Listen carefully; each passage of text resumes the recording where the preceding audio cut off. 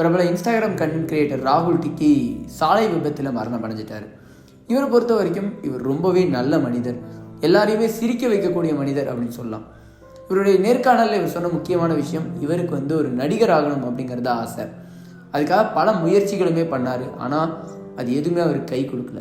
அந்த நடிப்பு துறையில் ஒரு கேரக்டர் கிடைக்காதா அப்படிங்கிறதுக்காக பல முறை பணமும் இழந்திருக்காரு.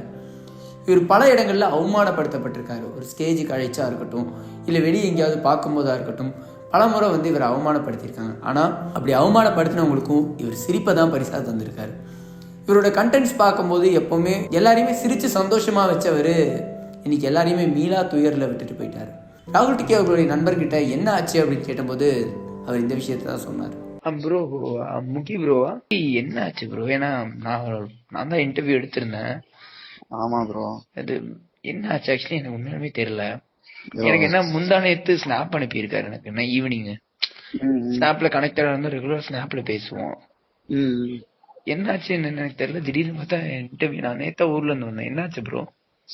சின்ன ஒரு அண்ணி வீட்டுக்கு போகும்போது பைக்ல வேகமா போனால ஆக்சிடென்ட் ஆயிடுச்சு ப்ரோ. ஆக்சிடென்ட் இந்த மாதிரி ப்ராப்ளம்னாலயா? ஆமா ப்ரோ. அண்ணி அங்க இருந்தாங்க, இவரை போய் கூட்டிட்டு வரும்போது இந்த மாதிரி ஆயிடுச்சு. அவரு இப்போ நாங்க லாஸ்ட் டைம் இன்டர்வியூ இருக்கும்போது சொன்னா எனக்கு கல்யாணம் ஆயிடுச்சு அப்படின்னு. இப்ப ரீசெண்டா பாத்தீங்கன்னா அவருக்கு இப்பதான் கல்யாணம் ஆச்சு அப்படிங்கிற மாதிரி எல்லாம் போட்டிருந்தாங்க. அவருக்கு அப்பவே கல்யாணம் ஆயிடுச்சு ப்ரோ. ஆமா ப்ரோ. வேற ஏதாவது நியூஸ் ஏதாவது தப்பா போயிட்டு இருக்கா? நீங்க ஏதாவது பாத்தீங்களா தப்பா இருக்கு அப்படின்னு? தப்பா இருக்குன்னு எதுவும் பாக்கல ப்ரோ இப்போ வரைக்கும். நீங்க ஏதாவது பாத்தீங்களா? இல்ல அதான் கேக்குறேன். இப்ப அவர் ஹெல்மெட் போடல, ஹெல்மெட் போடாம போயிட்டாரு. ஹெல்மெட் எல்லாம் போட்டுதான் ப்ரோ போனாரு. அதுதான் எனக்கு தெரிஞ்சு தப்பா ப்ரோ. அவரு எனக்கு இருக்கிற ஒரே ஒரு டவுட், எங்கெங்கயோ அவர் கூட நான் எவ்வளவு க்ளோஸ்னு உங்களுக்கு தெரியும். ஆமா. ஏகோன்ல அவரு தான் எனக்கு இதே பண்ணி விட்டாரு. அதுவும் ஆமா ஆமா. எனக்கு என்னன்னா அவரு போய் இந்த பாலத்துல அடிச்சு விழுந்திருப்பாரா அப்படிங்கறதான் எனக்கு டவுட். வேற ஏதாவது லாரி, பஸ், சப்போஸ் காரு அந்த மாதிரி யாராவது மேல பின்னாடி விட்டுட்டாங்களா, நைட் டைம்னால விட்டுட்டு அவங்க பாட்டுக்கு போயிட்டாங்களா, அந்த மாதிரி எல்லாம் தான் ப்ரோ டவுட் இருக்கு. இவரு பைக்ல போய் விடுற ஆளே கிடையாது ப்ரோ. அந்த மாதிரி இருக்கு. அதுதான் ப்ரோ எனக்கு ஒரு இதாவே இருக்கு, எப்படி அப்படி ஆச்சு அப்படின்னு. இது அவரோட கண்ட்ரோல் இல்லாம வேற யாராவது பண்ணிருப்பாங்கன்னு நினைக்கிறீங்களா? அந்த மாதிரி ஏதாவது இருக்குமாங்கிறதா எனக்கு டவுட். அவர் பைக்ல அவ்வளவு வேகமா போற மனுஷனும் கிடையாது. எங்களையே சொல்லுவாரு, வேகமா போகாதரா, வீலிங்ல அடிக்காதரா, வேகமா போகாதரா அப்படின்னு சொல்லுவாரு.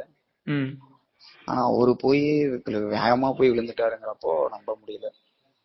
ஏன்னா இப்ப ஒருத்தர் கமெண்ட் எல்லாம் போட்டிருந்தாரு, இந்த மாதிரி நான் பஸ் ஓட்டிட்டு போனேன், அவர் நான் பார்த்தேன், ஸ்பீடா ஓவர்டேக் அடிச்சாரு, நான் கூட சொன்னேன் பார்த்து போக சொல்லி, அப்படிலாம் சொல்றாங்க. அப்ப அதெல்லாம் பொய் நினைக்கிறீங்களா? அது நான் மதுரையில இருந்தேன் ப்ரோ. நான் அப்பதான் வந்தேன். கூட இருந்திருந்தா தெரிஞ்சிருக்கேன் ப்ரோ. ஆனா எதிர்பார்க்காத ஒரு விஷயம் தான் ப்ரோ. ஆமா ப்ரோ. மேலும் ஒரு மாதிரி ஒரு மனுஷன்லாம் கிடைக்கிறது கொடுத்து வச்சிருக்கேன் ப்ரோ. உங்களே அவர் தான் எனக்கு ரெஃபர் பண்ணாரு, இந்த மாதிரி அவங்களை எடுங்க, தம்பி மாதிரி அவன் எனக்கு அப்படின்னு. ப்ரோ அவர்லாம் தம்பி, அவங்கலாம் உயிர் ப்ரோ. அவர்லாம் அந்த மாதிரி இருந்துட்டு இப்ப இல்லாம இருக்கவே முடியல ப்ரோ.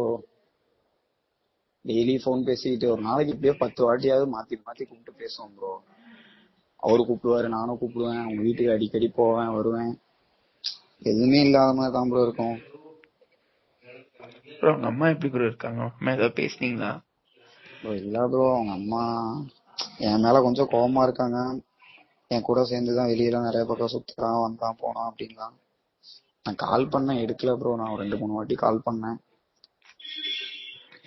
அவங்க ஏதாவது பேசுனாங்களா ப்ரோ? இந்த மாதிரி அண்ணாவோட வைஃப் ஏதாவது? அவங்க போன் சுவிட்ச் ஆஃப்லயே தான் ப்ரோ இருக்கு. பாக்கவும் வரலையா ப்ரோ? இல்ல, ஹாஸ்பிட்டல் வந்தாங்க ப்ரோ. ஓகே. ஹாஸ்பிட்டல் வந்தாங்க, நைட்ல இருந்தாங்க ப்ரோ. ஆனா ஒரு எதிர்பாராத விஷயம் தான் ப்ரோ. ரொம்பவே கஷ்டமா இருக்கு. ஆமா ப்ரோ.